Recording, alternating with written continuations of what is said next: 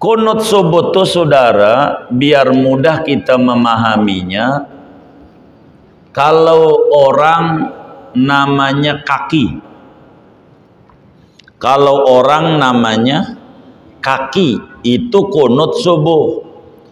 Ada orang kagak ada kakinya, ada orang kagak ada kakinya. Kira-kira menurut bapak-bapak masih dipanggil orang nggak? Hah? Nggak ada kakinya, orang bukan? Hah? Orang. Pertanyaan selanjutnya, sempurna nggak? Hah? Enggak. Kenapa enggak sempurna? Enggak ada kakinya. Bagaimana biar sempurna ini kaki yang kagak ada ini? Dikasih kaki palsu. Maka dikasih kaki palsu tuh biar sempurna. Ada orang sholat subuh enggak pakai kunut. Pertanyaannya, sholat subuhnya sah enggak? Ini yang bener nih. Sah enggak? Sah. Sempurna enggak? Hah? Sempurna enggak? Enggak. Kenapa enggak sempurna? Enggak ada kakinya. Kenapa enggak sempurna? Enggak ada kakinya. Bagaimana biar sempurna? Sujud sahwi, kasih kaki palsu, baru sempurna. Yang luput tuh begitu. Subuh tuh kunut. Kunut subuh sunnah hukumnya, enggak wajib. Berdasarkan hadis diriwayatkan oleh Imamul Baihaqi di dalam Sunanul Baihaqi. Ada dua, ada Sunanul Kubra 10 jilid, ada Sunanus Sugra 2 jilid. Pada jilid 1 di Sunanus Sugra dari Sayyidina Anas bin Malik radhiyallahu ta'ala an, kata beliau, Anas bin Malik ikut Nabi 10 tahun. Sejak Nabi injak Madinah sampai Nabi meninggal dunia enggak pernah lepas daripada Rasulullah sallallahu alaihi wasallam. Kata Anas bin Malik, kana Rasulullah sallallahu alaihi wasallam yaqnutu fil fajri hatta faraqad dunya. Rasulullah sallallahu alaihi wasallam selalu itu berarti ditinggal enggak sih? Enggak. Selalu kalau subuh kunut sampai meninggal dunia. Kalau salat subuh Nabi selalu kunut sampai Nabi mati, sampai Nabi meninggal dunia. Kalau subuh kunut, Nabi, sahabat bilang kunut kalau subuh sampai meninggal dunia.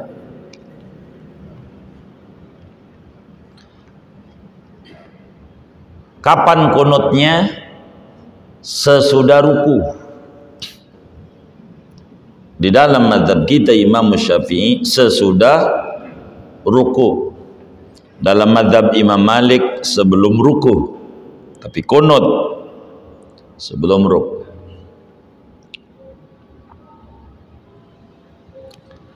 Itu katanya kunut itu bid'ah. Bid'ah.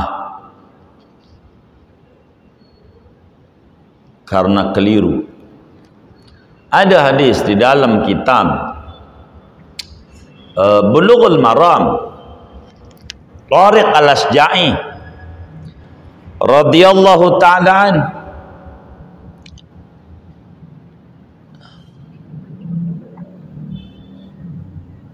kata beliau, ya abati, ya abati, innaka qad shallaita khalfa Rasulillah wa Abi Bakrin wa Umar wa Utsman wa Ali ahum yaqnutuna fil fajri qala ya bunayya muhdas. Begitu. Al-Asja'i bilang, Abah sama ayahnya, Anda kan pernah jadi makmumnya Rasulullah, ngalamin Nabi. Juga sesudah Nabi meninggal dunia, Abu Bakar ngimamin, engkau juga pernah jadi makmumnya Abu Bakar. Abu Bakar 2 tahun 3 bulan wafat. Khalifah berikutnya Umar bin Khattab, engkau juga pernah jadi makmumnya Umar.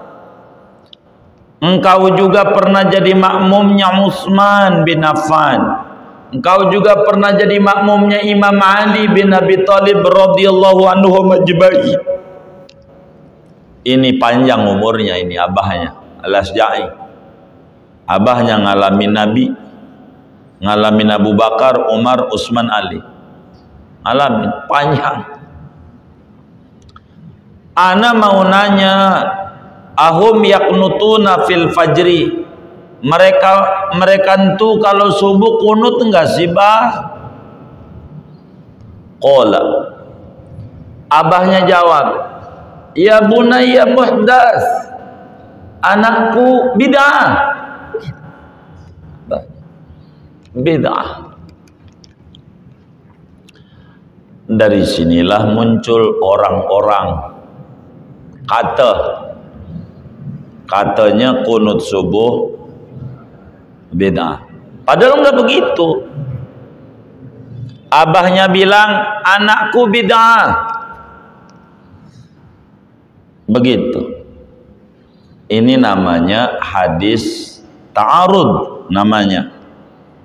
Hadis kontradiktif, terkesan, bertolak belakang. Ada hadis hadisnya sahih juga. Duhai anakku, bid'ah. Bagaimana ini saudara? Kita orang nih nggak bisa minum air tuh langsung dari termos. Kagak bisa. Mau nyobain minum langsung dari termos? Emang apa? Melepuh. Jadi minum tuh yang paling cakep dari mana? Dari gelas. Saya ambil contoh. Ini gelas.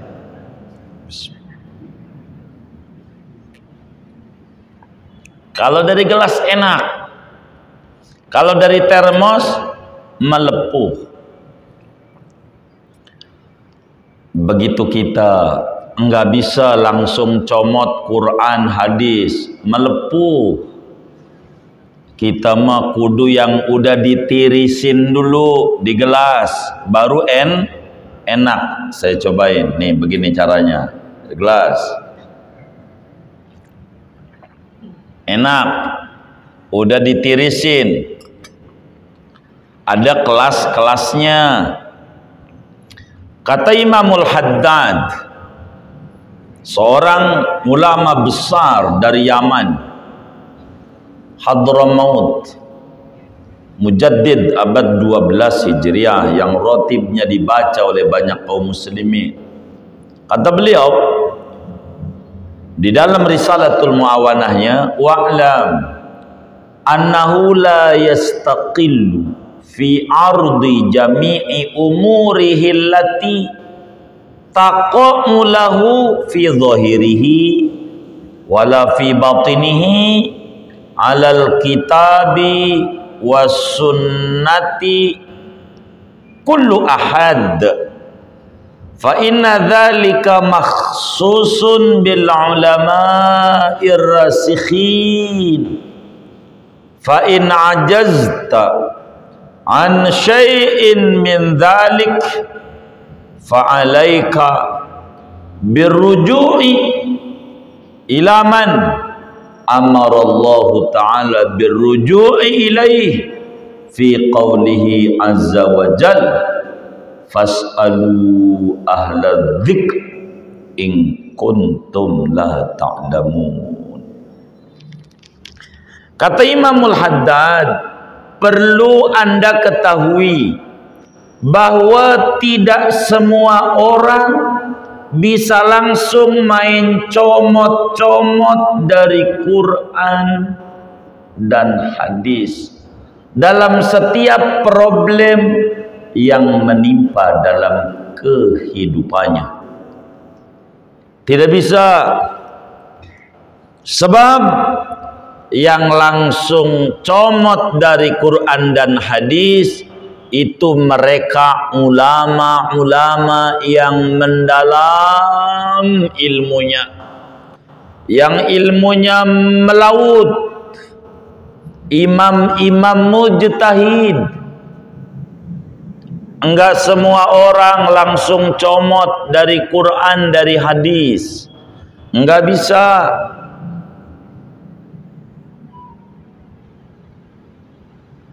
Jangankan bahasa Arab, Quran, hadis, bahasa Indonesia enggak bisa langsung. Ada gurunya, ada dosen bahasa Indonesia pada Sabanari ngomong bahasa Indonesia. Itu ada guru, bahkan ujian bahasa Indonesia. Mana nilainya 5 mulu bahasa Indonesia itu sehari-hari. Itu bahasa Indonesia tuh. Enggak semua orang bisa. Ada aturannya. Itu bahasa Indonesia kudu pakai guru. Ada guru bahasa Indonesia, ada profesor bahasa, ada doktor bahasa. Itu bahasa Indonesia. Apalagi bahasa Arab, Quran, hadis. Enggak bisa semua orang langsung main comot. Kata Imam Jalaluddin As-Suyuti di dalam kitabnya Al-Itqan fi Ulumil Quran pada jilid 2 itu beliau bilang, yahtajul mufassir ila kitabillahi ta'ala ala arba'ata asyara fannan min fununil ilm. Minimal kalau orang mau terjun dalam Quran dan hadis, harus di luar kepala 14 disiplin ilmu harus dia kuasai dulu. Ilmu lughah, vocabulary, ilmu nahwu saraf, gramatikal bahasa Arab, ilmu sastra Arab, bayan, balaghah, badi', ilmu usul fiqh, ilmu qaid fiqh, ilmu hadis, diraya, riwayah, asbabun nuzul, asbabul wurud, nasikh mansukh. Dia harus belajar ilmu mantiq, banyak 14, baru dia boleh terjun dalam Quran dan hadis. Banyak. Kenapa? Bakal jadi salah kalau diserahin nama semua orang. Ada bagian-bagiannya. Di kita punya negeri, dasar negara kita Pancasila, sila keempat, kerakyatan yang dipimpin. Maknanya ada wakil yang milih pemimpin. Begitu. Sebab orang ada yang pintar, ada yang bodoh. Enggak lepas dari dua ini. Enggak boleh si bodoh sama si pintar sama, enggak boleh. Begitu. yang boleh terjun dalam Quran dan hadis ulama mujtahid. Imam Syafi'i, Imam Malik, Imam Ahmad, Imam Hanafi, Imam Lais bin Sa'ad, Imam Sufyan bin Uyainah, Imam Sufyan Sauri, Imam Abu Saur, Imam Al-Auza'i, dan masih banyak ulama-ulama mujtahid. Kelas mereka. Karena itu ketika menghadapi hadis yang terkesan bertolak belakang, yang ini Nabi kunut enggak pernah berhenti sampai wafat, hadisnya banyak, ada atu hadis lagi, Abah kau jadi makmum Nabi, Abu Bakar, Umar, Utsman, Ali, mereka kunut enggak? Bid'ah anakku. Bertentangan. Ini namanya disebut ta'arud bainal adillah di dalam Jam'ul Jawami'. Begitu, Jam'ul Jawami'. Atau kitab kecil. Gitu, ada kitab Ghayatul Wusul disyarahi oleh ulama besar dari Kajen Pati, enggak jauh daripada Mbah Mutamakin, namanya Kiai Sahal Mahfud Rais Surya NU, namanya Thariqatul Husul, kitabnya itu ulama Indonesia. Ta'arud bainal adillah, bertolak belakang antara dalil. Bagaimana ini? Maka kita harus pahami, idza ta'arada an-nassani fa inam kanal jam'u jumi'a li annal jam'a aula min ilgha'i ahadihima fa illam yumkinil jam'u wa ulimat tarikh fat tarikhul mutaqaddim mansukh bit tarikhil mutaakhir. Bila ada dua dalil bertentangan, maka kudu diproses dengan dua cara. Yang diutamakan cara pertama dijam'u, dikompromikan. Apa itu dikompromikan? Dua-duanya diamalin, dilarikan yang ini kemari, yang ini kemari. Sebab ngamalin dua dalil lebih bagus daripada membuang salah satunya. Gambarannya saudara, kita punya dua teman. Kita punya dua teman, si A sama si B. A, B. Si A ini jujur, enggak pernah bohong.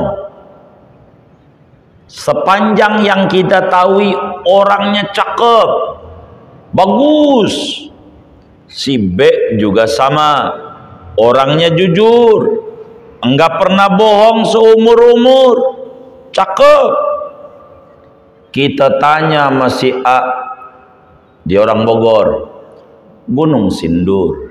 Tahu Gunung Sindur?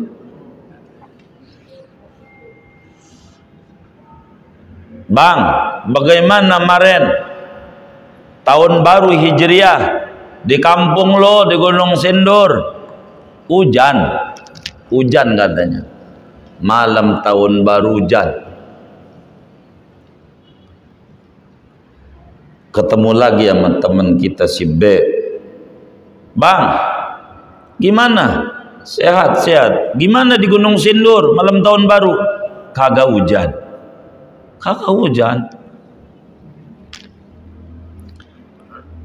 Kalau kita benerin si A, si B bohong.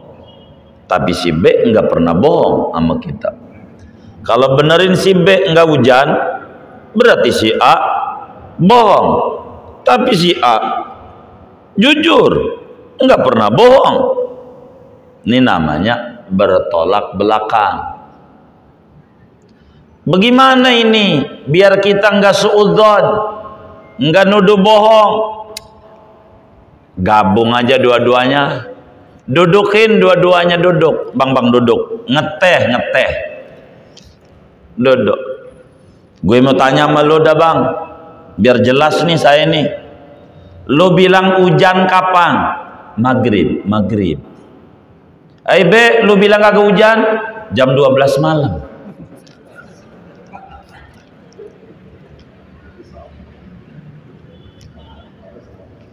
Hah?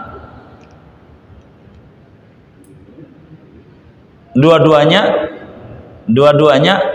benar, tidak bertolak belakang, terkesan doang bertolak belakang.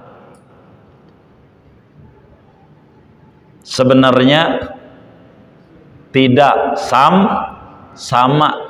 Yang bilang hujan juga kalau jam 12 malam ditanya kagak hujan.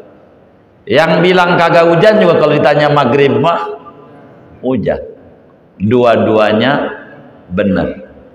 Yang enggak benar cara kita nyimpulinnya kalau enggak teliti. Namanya penyakit kutil, kurang teliti gitu. Kutil, kurang teliti. Ini timbang teman kita orang Gunung Sindur. Lah Rasulullah, masa iya ini sahabat bohong, yang ini bohong, yang atu bilang begini, yang atu bilang begini, ini bagaimana? Inilah kerjaan imam mujtahid. Ada atu yang bilang bid'ah, yang lain bilang kun. Tanya lebih dalam, bang, maksud bid'ah apanya? Bid'ah ini apanya? Nanyanya. Anakku bid'ah. Apaan yang bid'ah? Apaan yang bid'ah? Nanyanya. Yang bid'ah nanyanya. Orang keterangan agama udah jelas masih nanya mulu, namanya bid'ah. Begitu. Lo udah tahu gua ikut Nabi, ikut Abu Bakar, Umar, Utsman, Ali. Kan udah bilang tuh Anas bin Malik, Nabi kunut sampai wafat masih nanya juga, bid'ah lu. Apaan yang bid'ah? Nanyanya. Oke. Jadi hadis itu benar nggak?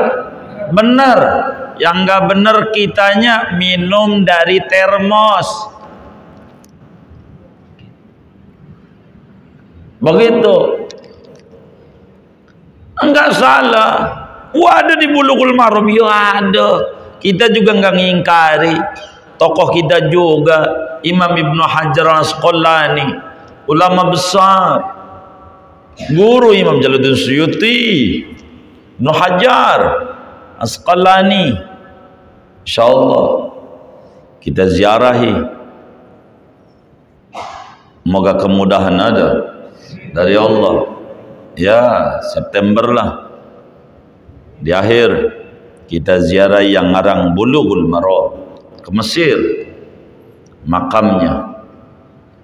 Sebelum Imam Syafi'i belok kiri, di situ ada makam Ibnu Hajar Al-Asqalani. Habis beliau makam sahabat Rasulullah Uqbah bin Amir Al-Juhani. makam Sayyidina Amr bin As, gubernur Mesir pertama di zaman Rasulullah. Banyak di Mesir itu ada 10.000 sahabat Rasulullah, kuburannya di Mesir banyak. Jadi Abah, bagaimana bid'ah anakku? Apaan yang bid'ah? Apaan? Nanyanya. Jadi hadis itu tabrakan nggak? Ya kagak. Dua-duanya kita amalin. Begitu. Qunut subuh. Qunut. Ada orang nggak ada kakinya. Orang bukan? Orang. Sempurna? Kagak. Ada orang sholat subuh nggak pakai qunut. Sah? Sah. Sempurna? Enggak. Begitu. Nggak usah ribut. Orang sunat doang. Jangan sampai tonjok-tonjokan. Sunat. Nggak wajib. Jangan sampai sunat naik ke wajib. Jadi ribut. Jangan. Sunat.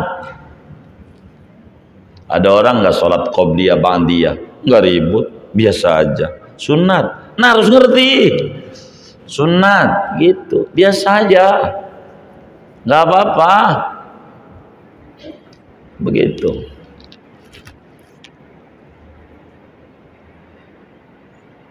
Begitu saudara.